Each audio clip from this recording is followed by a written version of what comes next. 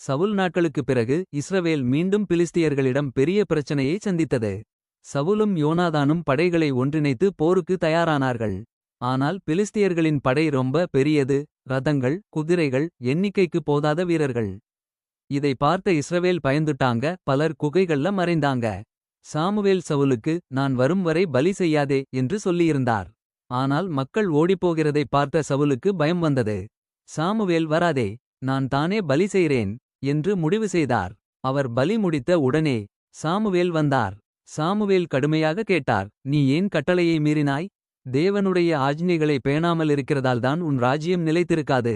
இந்த முதல் தவறு சவுலின் மனசுக்கு பெரிய அடியாக இருந்தது. ஆனா இன்னும் பெரிய சோதனை எதிர்பார்த்துக் கொண்டிருந்தது. அமாலேக்கியர் மீது தேவன் சவுலை போருக்கு அனுப்பினார். அவர்களின் எல்லா விஷயங்களையும் அழிக்க வேண்டும், கொள்ளையெடுக்கக்கூடாது என்று தெளிவான அவன் படையும் போர் வென்றார்கள். ஆனால் கடவுளின் கட்டளையை முற்றிலும் கீழ்ப்படிக்கவில்லை. அவர் கன்னியான அரசன் அகாகை காப்பாற்றினார். மேலும் மக்கள் சிறந்த ஆடுகள், மாடுகளை கொள்ளையடித்தார்கள். சாமுவேல் வரும்போது அவர் கேட்டார், இது என்ன ஆடுகளின் சத்தம், மாடுகளின் கத்தல்? சவுல் வம்பு பேசி, இவை எல்லாம் நல்ல மிருகங்கள், தேவனுக்கு பலி செய்ய எடுத்து வந்தோம் என்றார். ஆனா சாமுவேல் சத்தமாக சொன்னார், கீழ்ப்படிதல் பலிக்கு பெற்றது. அவன் சொன்னதைச் செய்யாமை பாவமும் துரோகம். சவுலின் தவறு இதுதான், அவர் தன் திட்டத்தையே பெரியதாக நினைத்தார்.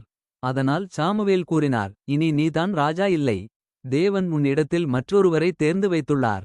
அது சவுலின் வாழ்வில் மிக கடினமான நாள். அவர் தவறினால் தேவனுடைய ஆசீர்வாதமும் ராஜ்யமும் அவரிடமிருந்து பிரிந்தது. விடப்பெரிது கீழ்ப்படிதல் தான் தேவனுக்கு மிக முக்கியமான பயபக்தி. நம் திறமை, நம் பலி, நம் செயல்களை விட தேவன் சொல்வதை செய்வதே பெரியது.